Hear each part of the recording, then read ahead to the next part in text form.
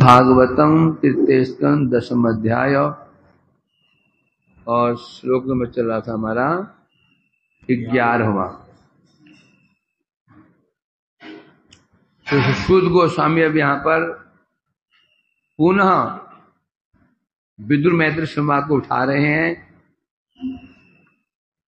कल उन्होंने कहा था, विदुर जी ने प्रश्न किया मैत्रेय जी, हे प्रभु आपने इससे पहले ये कहा था भगवान अपनी काल शक्ति के द्वारा सृष्टि आदि लीला करते हैं। अब ये बताइए, जो अद्भुत भगवान, जो अद्भुत कर्मा तो भगवान है ना। कालाक्य लक्षणम, जो काल है, काल कौन है? बहु विष्णु रूपी काल कौन है? विष्णु ही। आपने कहा था काल भगवान का स्वरूप है। वो काल का स्वरूप क्या है? आप कृपा करके बताइए काल क्या है। तो यहां मैत्री जी उत्तर दे रहे थे, गुण व्यति कराकारो निर्विशेषो अप्रतिष्ठित पुरुषस्तुपादानम आत्मानम लीलयाशिदत्। काल कैसा है? निर्विशेष, अप्रतिष्ठित, उपादान मात्र। काल किसे कहते हैं? गुण व्यतिकर, जो गुण को व्यतिकर कर देता है, गुणों का व्यतिक्रम कर देता है, उसे कहते हैं काल। क्यों? जब तक गुण का व्यतिक्रम नहीं होगा कोई कार्य ही नहीं होगा। समझे कि नहीं? हम भोजन करते हैं, जब तक गुण व्यतिक्रम नहीं होंगे वो भोजन से शक्ति नहीं मिलेगी, भोजन खून बनेगा ही नहीं। कुछ भी हम करते हैं गुण व्यतिक्रम आवश्यक। जब गुणों में विकार नहीं आएगा कोई वस्तु बनेगी नहीं। चावल चूल्हे में रख दिया, गैस जला दिया, यदि गुण व्यतिक्रम नहीं हुए तो चावल बनेगा ही नहीं। गैस जलाया, काल कर्म से थोड़ी देर में जलाते ही और पानी खोलने लग गया, होता ना। ये गैस जलाई और पानी खस खस खस खोलने लग गया और खोलते ही चावल बन गया, चावल नीचे खाओ। ऐसा होता ही होगा। काल जब चूल्हे में गैस कितना ज्यादा जला लो, चाहे आकाश को गैस छूने लग जाए, गर्म होने में तो पानी को क्या चाहिए? काल, समय चाहिए। जब गैस का प्रभाव गैस पड़ता है, गुण का व्यतिकर हो जाता है। जो जल का गुण क्या था? शीतलता, व्यतिक्रम हो गया। जल का गुण गर्म हो गया तो चावल बनेगा ना। जब गुण में व्यतिक्रम हुआ तभी कार्य होगा। यदि व्यतिक्रम नहीं हो कैसे काम होगा?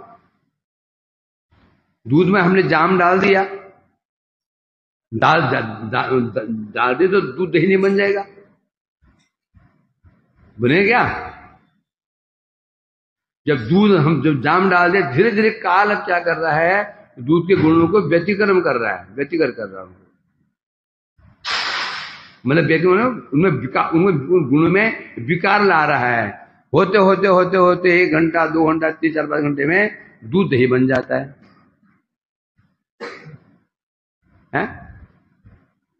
बीज बो दिया जमीन में हमने, कौन आ गया? कौन आया?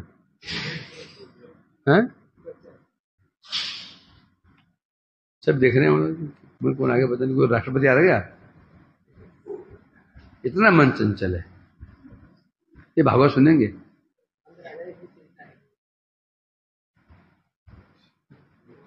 क्या बोला था? बीज बोते जमीन में और बोते ही वो बड़ा पेड़ खड़ा हो गया। आम खाओ। सुबह क्या सुना? उड़ीसा में ऐसा होता नहीं होता है? उड़ीसा में फिर कैसे होता है? फिर कैसे होता है बोलना? टाइम लगता है। कितना टाइम लगता है? तुम यदि बोओगे आमतौर बच्चे खाएंगे, है भाई? कितना टाइम लगता है? जब बीज बो देते हैं हम और पानी देते हैं, गुण का व्यतिक्रम काल कर रहा है। ये बीज में जो गुण है उसको व्यतिकर कर रहा है। जो उसकी जो पोटेंसी थी, जो सुप्त अवस्था में थी, उसको धीरे जगा रहा है। जगा दे उनको बीज से हल्का अंकुर फूटता है। इस सर ने तो यहां काल किसे कहते हैं? जो गुणों को व्यतिक्रम कर देता है उसे काल। सीधा सीधा परिभाषा पूछे, काल किसे कहते हैं? जिसके कारण दूध दही बन गया, बोलते हैं कोई काल कहते हैं। तो दूध और दही तो जाम से बना। कोई तुम प्रश्न करते काल किससे कहा? मैंने कहा भैया देखो, जिससे गैस जलाने पर जो चावल भात बन जाता है उसे काल कहते हैं। उसने कहा तो कैसे बनते हैं? मैंने कहा गैस जला, गैस जलाया, डाल पतीले में पानी, चावल, इनको उतार दिया। हाँ, तूने कहा गैस से चावल बनता है, भात बनता है। गैस जलाया, पतीले रखा, पानी डाला, चावल डालू, उतार दिया, रखा। अरे ऐसे कैसे हो जाएगा खाना? तूने गैस से भात बनता है, बन गया। किससे बना? काल। काल समझे क्या? नहीं तो जो भोजन ठूस के खाते हो उसको भी शरीर क्यों खाते हो? शरीर बल लाने के लिए भी वो वहां काल चाहिए, समय चाहिए। खाते ही को तगड़ा नहीं हो जाता। गुण व्यतिकर आकारो। अब काल है कैसा है? निर्विशेष है। निर्विशेष मीन्स निर्विशेष। हाँ, निर्विशेष मीन्स अप्रतिष्ठित, क्वापि अपर्यवसित, आद्यंत शून्य। अर्थात जिसकी कोई पर्यवसान नहीं है, स्थिति दिखता नहीं है। काल कैसा है? बोलते हैं निर्विशेष है। निर्विशेष किसे कहते हैं? जिसका आकार नहीं है, जो दिखता नहीं है, उसे निर्विशेष कहते हैं। नॉर्मल सामान्य रूप में जो मूर्त, जिसकी मूर्ति नहीं है, अमूर्त है, अमूर्त। और अप्रतिष्ठित, उसी कोई अप्रतिष्ठित है। निर्विशेष है, अप्रतिष्ठित है। आगे क्या बताएंगे? और क्या विशेषता है उसकी? आद्यंत शून्य, जो आदि अंत से रहित है। और विशेष रूप से पुरुष, भगवान में क्या करते हैं? उपादानम आत्मानम लीले आश्रित।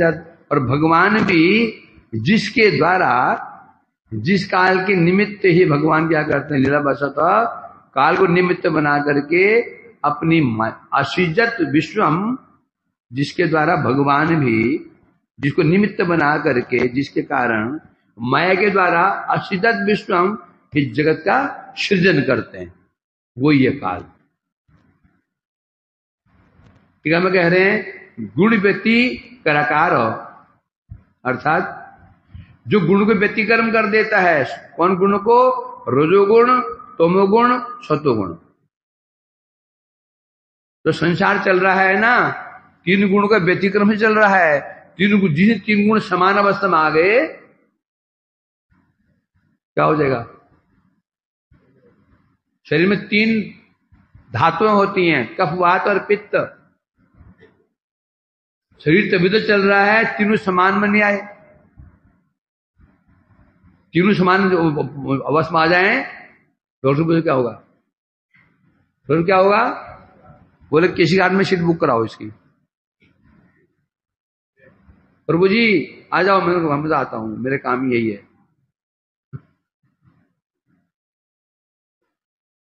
तो असाम्य है ना। तो ये कह रहे तीन गुण समान हो जाते, समस्या क्या होगा? काम क्यों नहीं होगा? क्योंकि तीन समान हो गए। वो उसको काटेगा, वो उसको काटेगा, वो कैसे काम होगा? दोनों पहलवान समान समान हो जाएं तो परिणाम क्या निकलेगा? जीरो। क्या निकले परिणाम? जीरो। टाइप क्या हो गया? क्या बोलते उसको? अर्थात क्या हो गया? उसको बराबरी पे आ गया, कोई परिणाम निकला ही नहीं।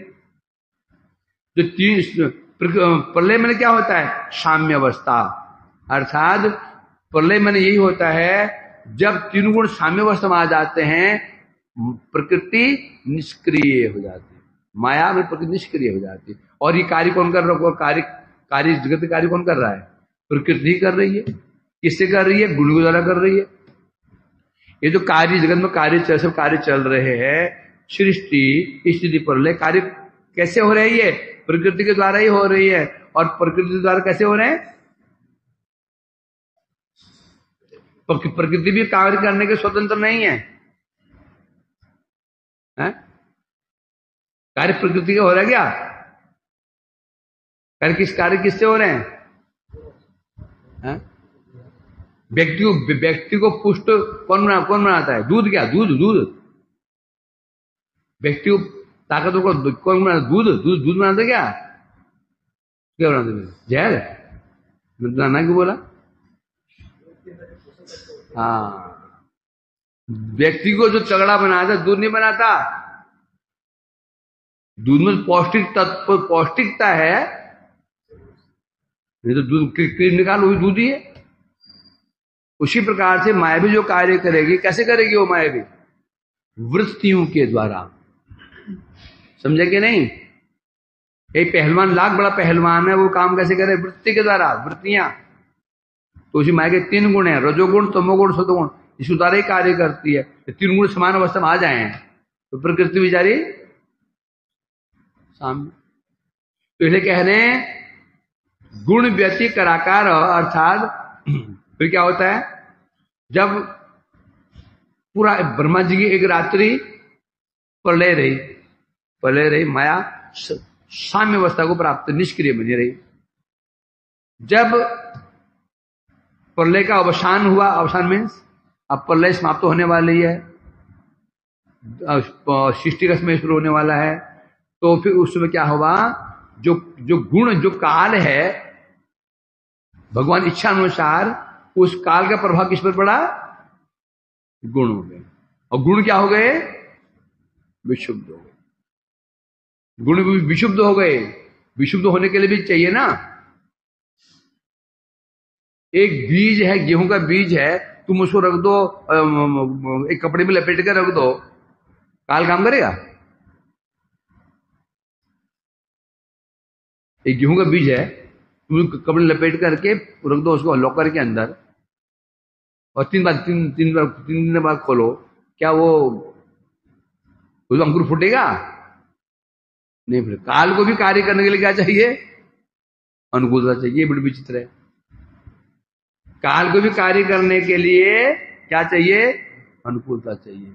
कम से कम उस बीज को मिट्टी का संसर्ग होना ही चाहिए, उसको हल्का नमी भी होनी चाहिए, तो भी काल काम करता है। काल भी काम नहीं करेगा। काल को भी कार्य कर, सीधे बात, जगत है ना, जगत कार्य कारणमय है। काल को भी कार्य करने के लिए कोई कारण चाहिए। काल भी स्वतंत्र नहीं कि वो कपड़े के अंदर गेहूं वो रखा है, उसमें से गेहूं का पौधा निकाल देगा। ये सामर्थ्य, इसमें सामर्थ्य केवल एक के अंदर, वो किसके अंदर है? श्री भगवान के अंदर। काल को उन्होंने अधिकार नहीं दे रखा, वो चाहे तो कर सकते हैं, उसके अलावा किसमें सामर्थ्य नहीं। इसलिए कहते हैं, अर्थात जो माया की तीन गुण थे, सत्य रजतम, तीनों निष्क्रिय पड़े हुए थे। अब गुण में व्यतिक्रम हो गया, माने ऊपर नीचे हो गए।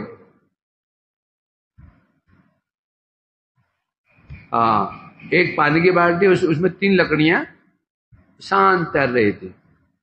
एक पत्थर फेंक के मारो, क्या हो? कोई लकड़ी ऊपर लहरें उठेंगी? लहर से उठेगी पानी, कोई लकड़ी ऊपर कोई नीचे, कोई ऊपर कोई नीचे, तीनों साथ साथ नहीं रह सकते। जैसे भगवान ने माया पर इक्षण किया, वो इक्षण ही उनको क्या क्या स्वरूप हो गया, काल स्वरूप। इक्षण किया, इक्षण करते माया के तीनों गुण से क्या हो गए, वो असमान हो गए। रजो अधिक हो गया, तम कम अधिक हो गया, सतो ऐसे असमान हो गए। असमान होते ही कार्य शुरू, कार्य शुरू होते ही उससे ही क्या उत्पन्न हो, जैसी माया की साम्य अवस्था दूर हो गई, माया जग गई। जगते ही पहला कार्य क्या हुआ, पहले कार्य क्या हुआ, पहले क्या उत्पन्न हुआ, महत्तत्व। यहां फिर ऐसा आगे बताएंगे, ये शुरू हो गया, परिणाम शुरू हो गया। क्या जैसी काल के प्रभाव से माया के गुण साम्य वस्तु को प्राप्त थे, गुण में व्यतिक्रम हो गया, व्यतिक्रम होती काम शुरू। जब तक गुण में व्यतिक्रम होती काम शुरू हो जाएगा, जैसे आपने उस गेहूं के बीज को पानी जब ने बो दिया, हल्की नमी भी हो, तुरंत काल का काम शुरू। उसी क्षण से ही गुण में व्यतिक्रम होना शुरू हो जाता है। जैसे हमने गैस में पानी रखा पतीले में, जैसे हमने गैस ऑन की, ऑन करते ही कार्य शुरू हो गया, गुण व्यतिक्रम शुरू हो गया। लोहे के टुकड़े को जैसे हमने आग में डाला, डालते ही शुरू हो गया, परंतु वो व्यतिक्रम इतना कम होगा कि उसका जल्दी से अनुभव नहीं होता उसका।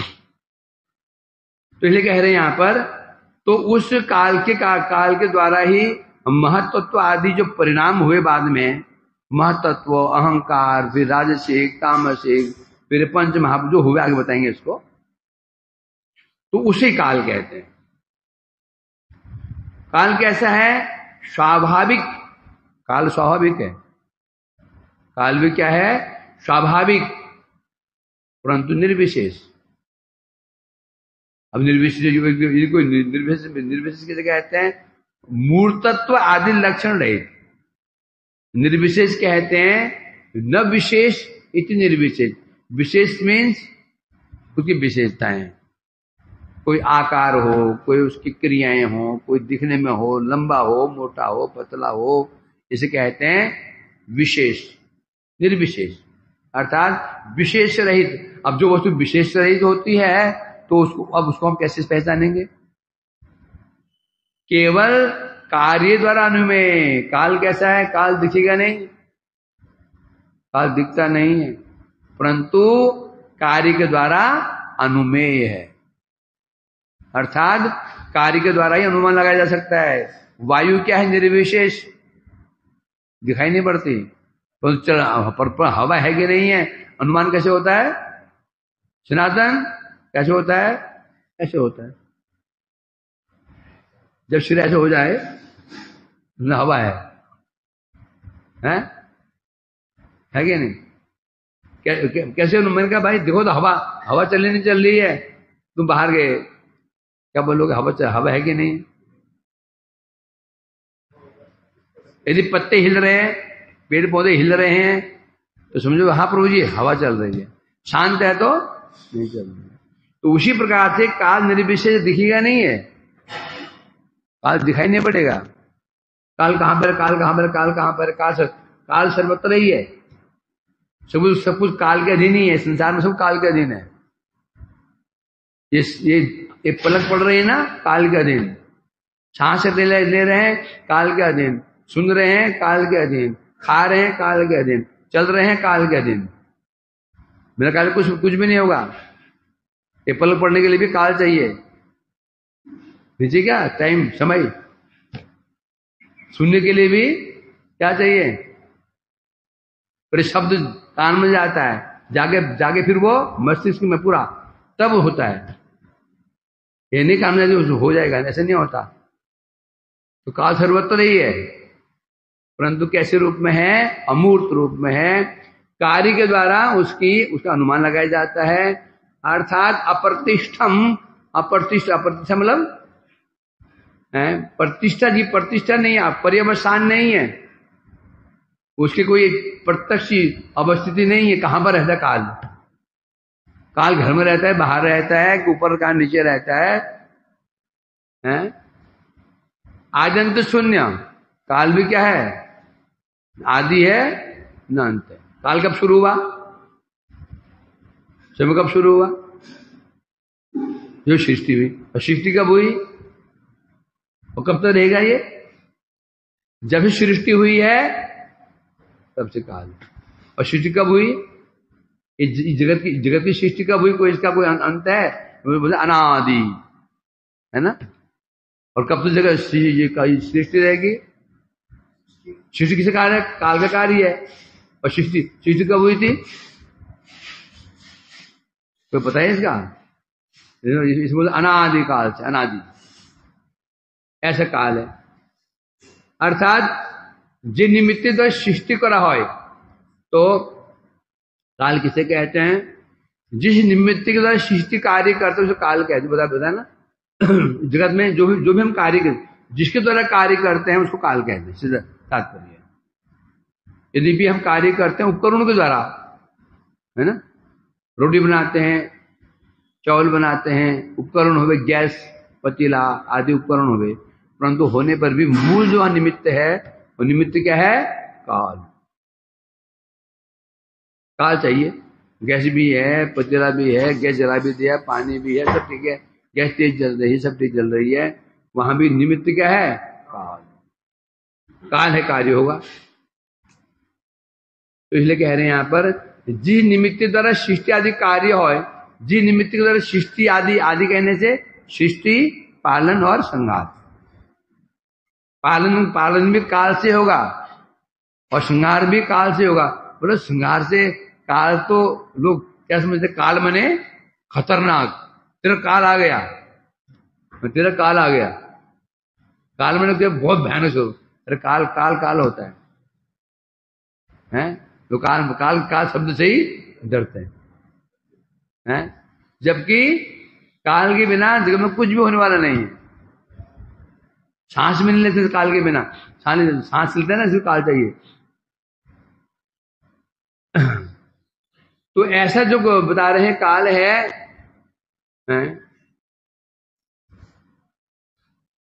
उसी काल के तरफ पुरुष भगवान भी क्या करते हैं? सृष्टि आदि कार्य करते हैं। और क्या है? आत्मशक्ति कार्यत्व हेतु आत्म। अब जो काल है ना, एक काल क्या है? भगवान की अपनी शक्ति है, इसलिए कहेंगे काल को आत्म शब्द बता रहे हैं। यहां पर भगवान ने क्या किया? काल शक्ति के द्वारा ही सृष्टि की, जो विश्व की सृष्टि की। अर्थात भगवान परम पुरुष लीलावशतः, भगवान जो परम पुरुष भगवान है, लीलावशतः काल को निमित्त करके ब्रह्मांड का सृजन किया। भगवान को भी सृजन करने के लिए काल की आवश्यकता पड़ी।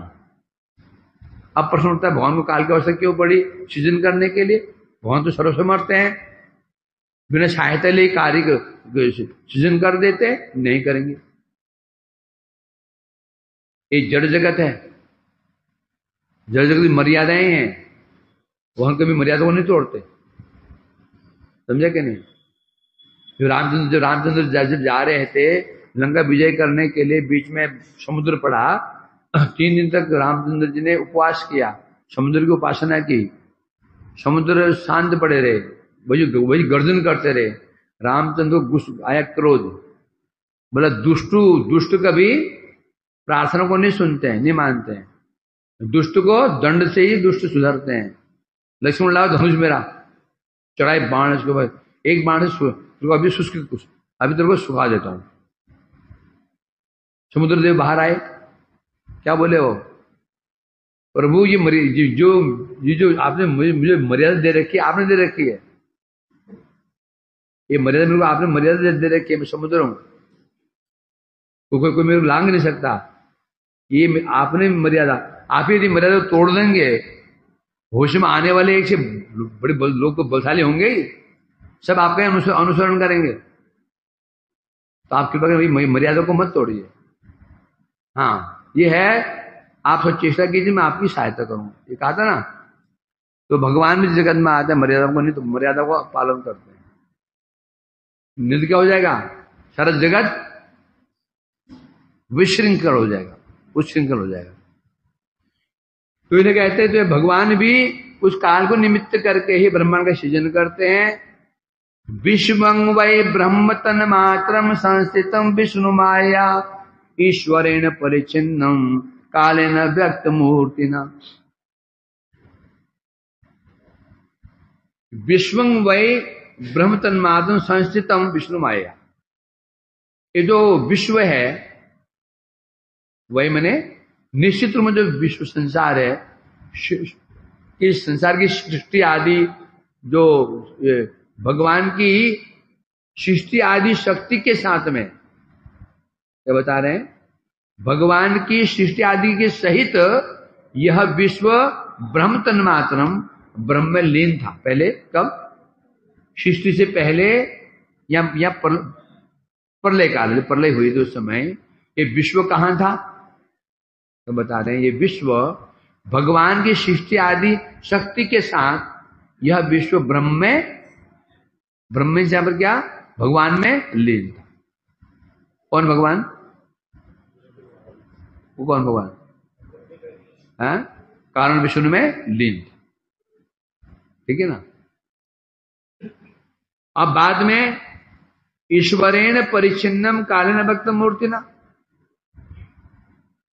फिर बाद में जब बाद में सृष्टि का समय या पुनराय अव्यक्त स्वरूप ईश्वर प्रभाव रूपे काले द्वारा पृथक रूपे प्रकाशित हुई जाते, जो पहले भगवान में ही लीन था और बाद में जब बाद में ये सृष्टि का समय उपस्थित हुआ तो काल के द्वारा ही जो अभी तक वो विश्व कैसे था, अव्यक्त, किसमें, भगवान में, इसलिए विश्व भगवान में ही लीन था।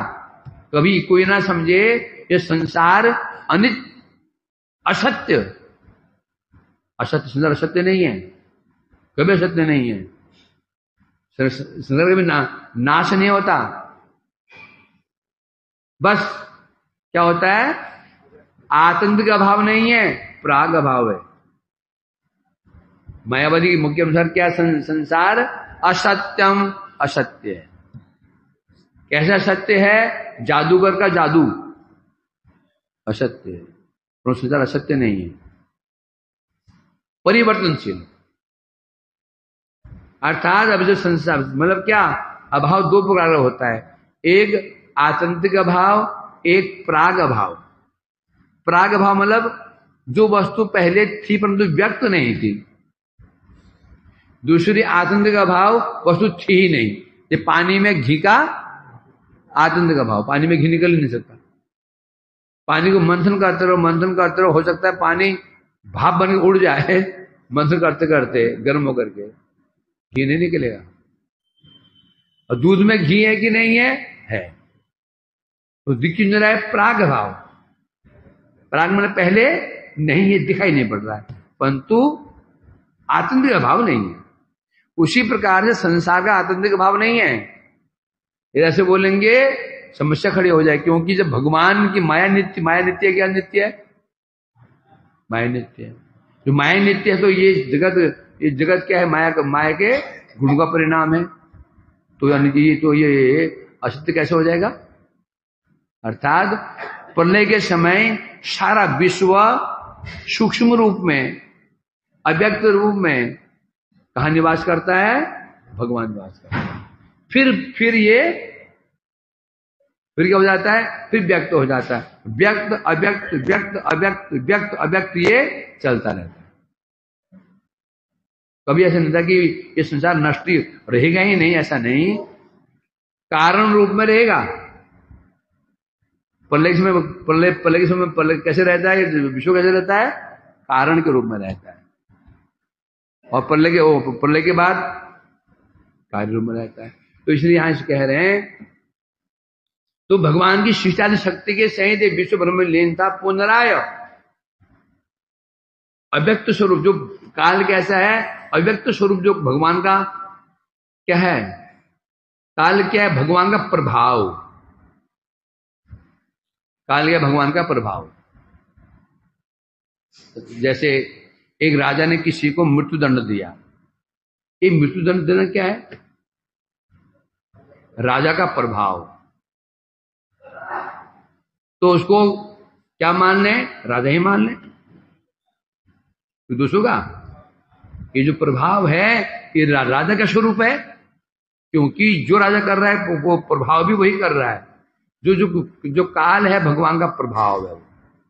बता रहे हैं भगवान का प्रभाव रूपी जो काल है उसके द्वारा पृथक रूप क्या उसके क्या होता है? फिर ये परिच्छिन्न हो जाता है। परिच्छिन्न का होता है कि अलग हो जाना। परिच्छिन्न होता है कट जाना, टूट जाना, भेद हो जाना। जो समस्त जीव समस्त तत्व भगवान में विराजमान थे, काल के द्वारा परिच्छिन्न हो गए भगवान से। वो क्या हो गए? पृथक। परिच्छिन्न का अर्थ काटना। जैसे मैंने चाकू उठाया, जोर से मारा तो आम के दो भाग हो गए, आम एक भाग से अलग हो गया, उसे कहते हैं परिच्छिन्न। चाकू तो तलवार मारी, शरीर परिच्छिन्न अलग हो गया, ये परिच्छिन्न कहते हैं इसको। छिन्न मने छेदन करना। तो काल के द्वारा जो जो समस्त तत्व भगवान के विलीन थे अव्यक्त रूप में, वो सब तत्व उनसे अलग हो गए, विश्व अलग हो गया। कैसे हुआ ये? ईश्वर के प्रभाव। काल कौन है? ईश्वर का प्रभाव स्वरूप है, और है कैसा? अव्यक्त स्वरूप। आश्चर्य है कि नहीं? काल अव्यक्त है, उसको दिखता नहीं है, और क्या उसका प्रभाव कितना है? जो चीज दिखती है ना उसका प्रभाव कम होता है, तो नहीं दिखती है। अब भूत प्रेत दिखते हैं क्या? और उनका प्रभाव कितना होता है? बिजली दिखती है, ये बिजली दिखाई पड़ती है क्या? और प्रभाव कितना पड़ता है? समझे क्या? नहीं। तो जो नहीं दिख रही है ताकत नहीं है, जो जो जो अव्यक्त होते हैं उसका बल, जो चीज जब चीज मूर्त अवस्था में आ जाती है, ईशुल्य में आ जाती है, उसका बल कम हो जाता है। यही कारण भूत प्रेत बलशाली क्यों होते हैं? तुम ही तो हो। एक आदमी मर गया, मरते इसमें तो उसे बल आ जाता है कि छू करता है, आदमी उड़ के वहां चला जाता है। वही व्यक्ति तो साहब, ये कैसे हो गया? कैसे हो गया? वो बल उसमें था, ये इस शरीर में वो बल दबा हुआ था। कितना बल है, आत्मा बड़ी बलवान है, परंतु जब इस शरीर में आ जाती है वो बल उसका क्या हो जाता है? आवृत हो जाता है। जो शरीर छूट जाता है, ये लिंग शरीर रहता है तो भी बल कुछ कम दिखता है। जो दोनों शरीर छूट जाते हैं फिर आत्मा महाबलवान है। आत्मा कम बलवान नहीं है, आत्मा बड़ी ही प्रभावशाली है। जो जीवात्मा है बड़ा प्रभावशाली है, उसका ज्ञान उसका बल अथाह है, वो आत्मा का भी। जैसे ना सूर्य कितना प्रकाशशाली होता है ना, और बस दिन में आंख बाहर देख नहीं सकते हैं, वो चश्मा पहन लो, काला चश्मा, धूपा चश्मा पहन लो, तो क्या होता है? उसका प्रभाव कम हो जाता है सूर्य का, तुम्हारी आंखों में किरणें नहीं पड़ पाती है ना। तो इसलिए यहाँ के हरीश प्रकार बता रहे हैं, यहाँ पर टीका में कह रहे हैं काल किसे कहते हैं? तो कितनी परिभाषाएं हैं। जो विश्व को परिच्छिन्न करे, जो विश्व को भगवान से अलग करता है, उसे कहते हैं काल। जो विश्व को भगवान से अलग करता है उसे कहते हैं काल। कि नहीं, वही काल है। विष्णु माया, अर्थात विष्णु माया शक्ति के द्वारा सम्यक रूप में स्थित यह विश्व ब्रह्म तन्मात्र विष्णु तादात्म्य विच्छिलो। पूर्व काल में जब प्रलय हुई थी, प्रलय जो शुरू हुई, प्रलय हो गई थी, उसमें भगवान की जो माया शक्ति है, माया शक्ति के द्वारा सारा जगत किसमें लीन था? किसमें लीन था? विष्णु में तादात्म्य प्रवेश कर गया था। कैसे कैसे कैसे प्रवेश कर गया था? माया शक्ति द्वारा। क्रमशः नीचे से पृथ्वी तत्व जल तत्व में, जल तत्व अग्नि तत्व, वायु तत्व, आकाश तत्व, अहंकार, अहंकार तत्व, महतत्व, महतत्व प्रकृति, प्रकृति भगवान में। ऐसा ना, ऐसी तो तन्मात्र, तन्मात्र में होता है, ब्रह्म में अव्यक्त रूप में लीन था।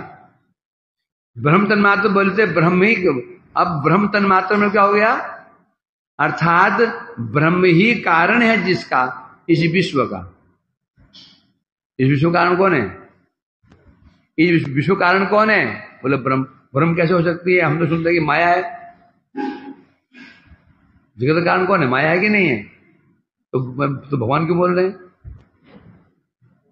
क्योंकि माया दक्षिण प्रकृति होते, यद्यपि ठीक है जगत की उत्पत्ति माया से हो रही है, तो माया और माया को प्रेरणा कौन दे रहा है? भगवान।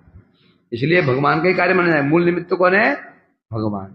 इसलिए कह रहे हैं यहां पर ईश्वर कर्तृक ईश्वरीय प्रभाव रूप काले द्वारा, ईश्वर के द्वारा कहो या ईश्वर के प्रभाव के द्वारा कहो, परिच्छिन्नम, ये जो संसार जो भगवान में अव्यक्त रूप में विराजमान था, तो भगवान का प्रभाव स्वरूप जो काल है, उस काल के द्वारा भगवान से ये विश्व बाहर निकला और निकल करके पुनः जैसे था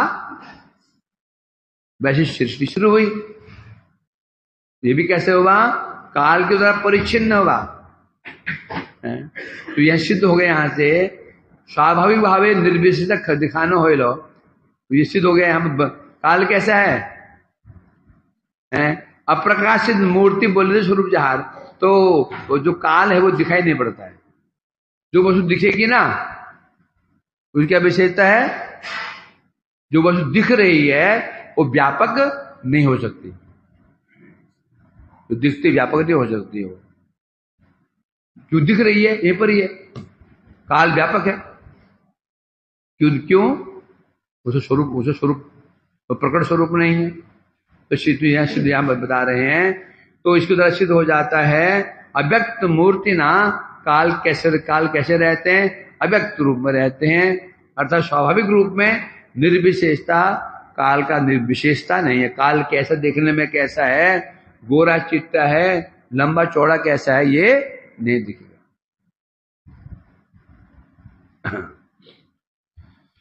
यथे इदानीं तथा चाग्रे पश्चादप्येतदृशम्, यथा इदानीं तथा चाग्रे पश्चात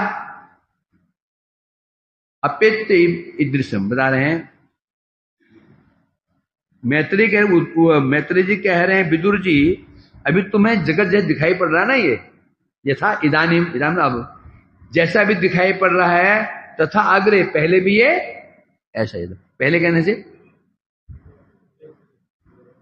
से प्रलय से पहले अभी जो तुम्हें जगत दिख रहा है, जैसे दिख रहा है, ये तुम में पेड़ पौधे जो जीव जंतु दिख रहे हैं, तो अग्रे मैंने अभी जो ये सृष्टि हुई है, इससे पहले प्रलय थी, उस प्रलय से पहले जो सृष्टि थी वो ऐसी ही थी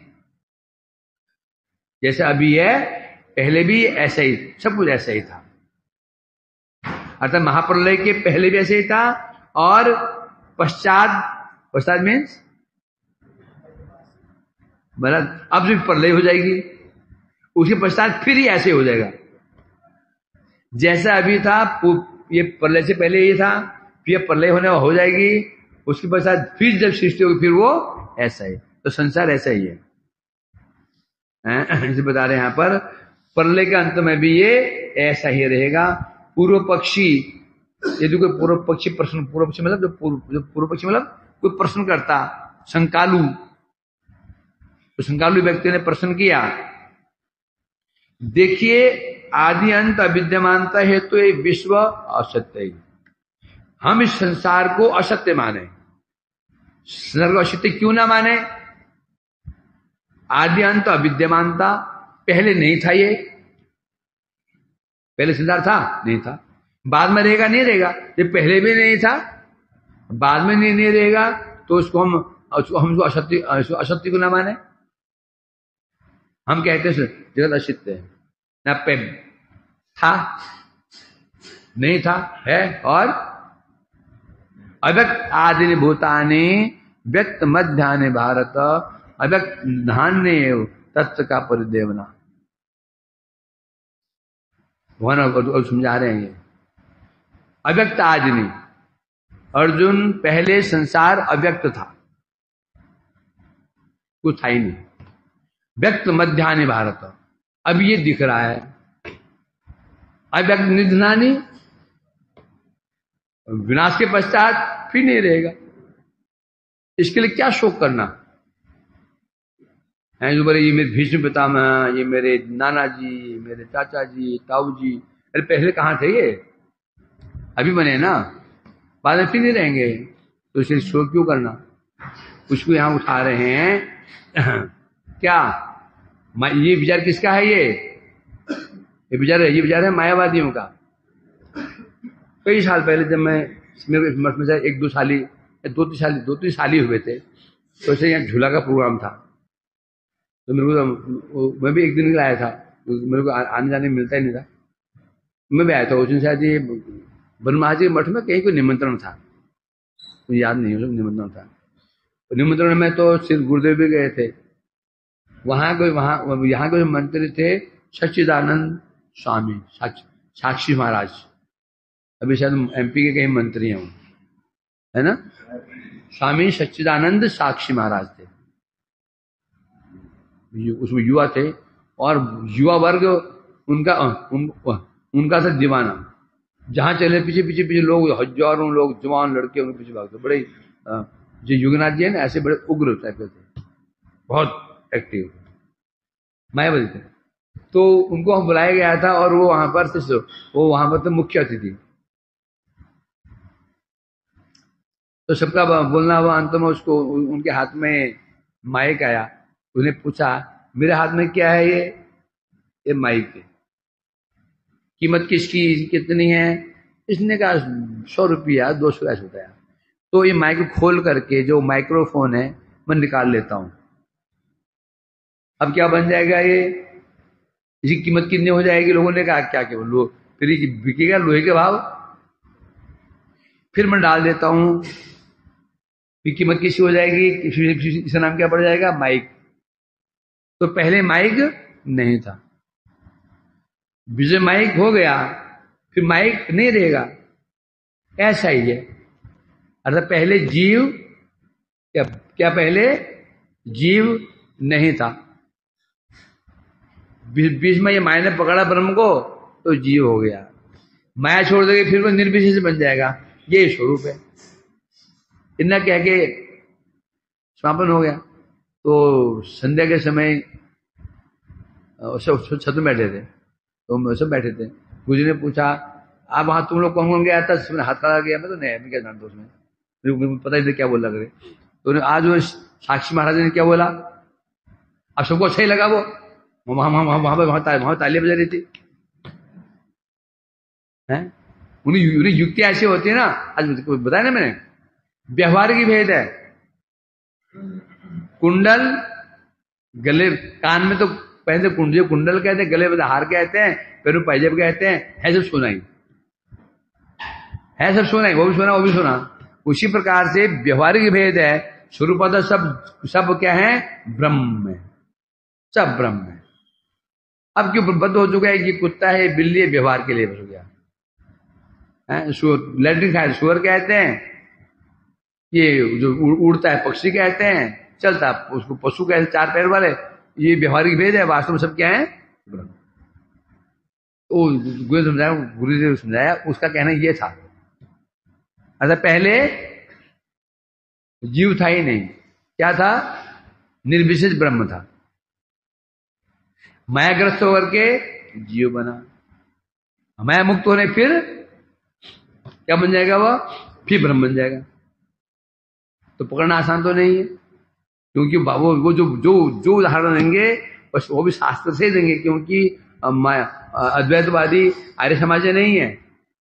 आर्य समाजी वेद कौन, ब्रह्म समाजी, ये लोग ना, ये लोग शास्त्र नहीं मानते हैं, परंतु मायावादी शास्त्र मानते हैं, बौद्ध शास्त्र नहीं मानते हैं, जैन शास्त्र नहीं मानते, परंतु अद्वैतवादी शास्त्र के ऊपर ही बोलते हैं। जो बोलते शास्त्र में होता है, समझने का फिर होता है।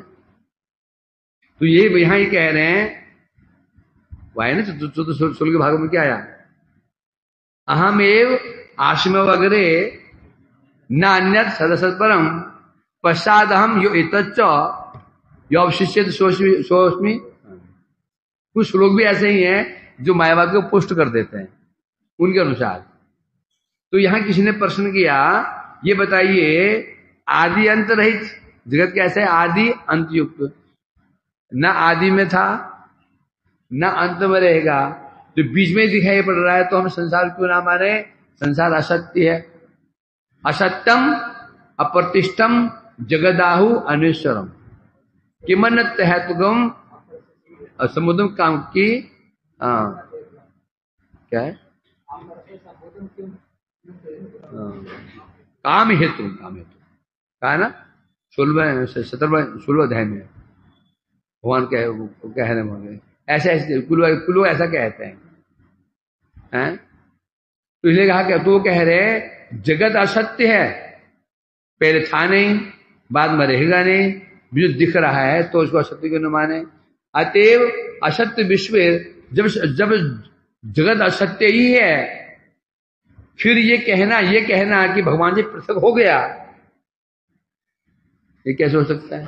फिर ऐसे हो गया जैसे बांझ स्त्री के पेट से बच्चे ने जन्म ले लिया, बांझ स्त्री के कोख से बच्चे ने जन्म ले लिया, तो ऐसे हो गया। स्त्री कौन सी थी? बांझ थी। इतना प्यारा से बच्चे को जन्म दिया कि बच्चा ने मन को मोह लिया। ये पहली बांझ बोल दिया उसको, कोई कोख से जन्म कैसे, बच्चा जन्म कैसे ले सकता है? जब आदि अंत दोनों ना आदि है ना अंत है उसका, तो फिर बोला भगवान से पृथक हो गया। जब पृथक हो गया, जैसे पेड़ से आम पृथक हो गया, जो पृथक हुआ ना वो सत्य तो होगा, आम असत्य है क्या है?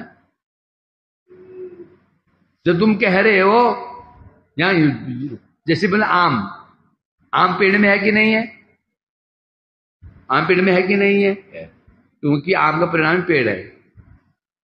यहां समस्या नहीं है, पहले जगत था नहीं, बाद में रहेगा नहीं है, फिर जो कहना है कि भगवान में लीन था, अलग हो गया, ये हम कैसे मान लें इसको? तो ये क्वेश्चन कौन कर रहा है?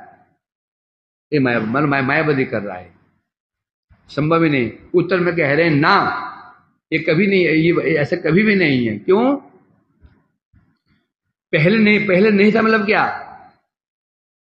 प्रलय में नहीं था, और प्रलय से पहले था ही, प्रलय में नहीं था, और प्रलय से पहले जो सृष्टि थी उसमें था। इसलिए कह रहे हैं यहां पर प्रलय पूर्व आदित्य ये विश्व था, पश्चात और जो ये प्रलय अब प्रलय हो जाएगी, इसके अंत में मतलब अंत में प्रलय का अंत क्या होता है? सृष्टि में फिर ये रहेगा। इसलिए विश्व जो है ये मिथ्या भूतत्व तो सिद्ध नहीं है, विश्व मिथ्या नहीं है। हाँ, किंतु नश्वर जरूर है। नश्वर किस रूप में है? किस रूप में है? कार्य कारण रूप में परिवर्तित हो जाता है। कार्य कारण रूप में क्या हो जाता है? प्रकाशित हो जाता है। बस एक घर था, विशाल घर दिख रहा है, 150-200 साल के बाद में घर रहेगा नहीं रहेगा? कैसे रहेगा? मिट्टी के रूप में। मिट्टी कारण है तो घर कैसे नहीं है? हाँ, मिट्टी भी गायब हो जाती, मिट्टी भी गायब हो जाती तो समझे भाई नहीं है, गायब हो गया, जादू का जादू। तब मानते संसार असत्य है। एक व्यक्ति को जला दिया, जल के राख में पड़ी हुई, हड्डियां पड़ी हुई उसकी, तो कैसे बोलते हैं कि ये व्यक्ति मिथ्या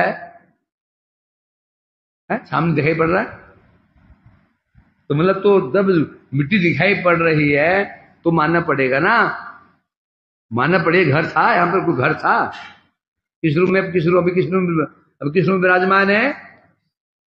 कारण रूप में।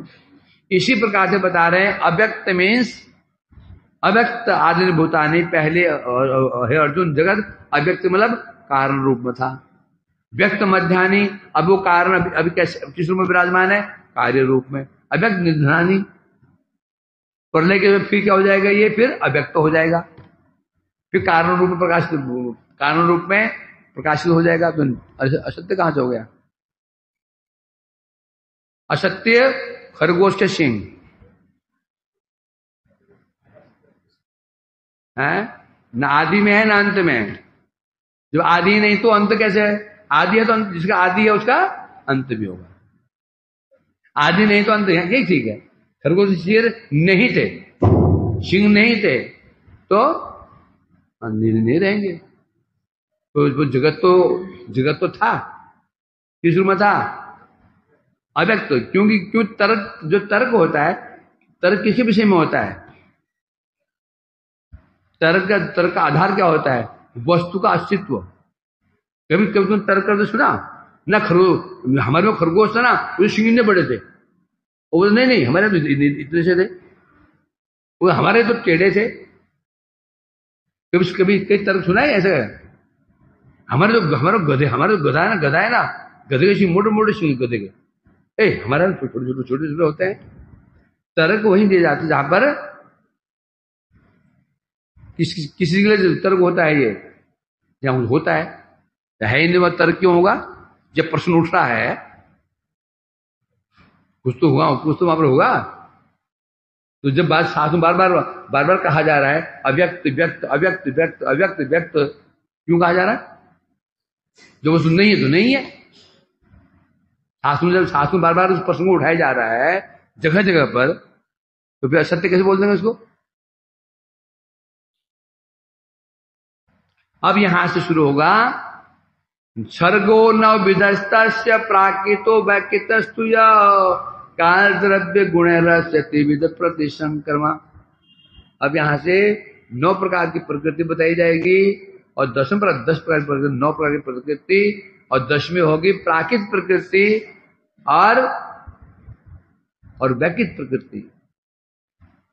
और 3 प्रकार के यहां बताया जाएगा क्या? प्रलय। तो श्रवण करेंगे। वांछा कल्पतरुभ्यश्च कृपा। केशव प्रभु उठो, सवेरे हो गए केशव जी, उठो, सकल हो गए, आरती हो गया।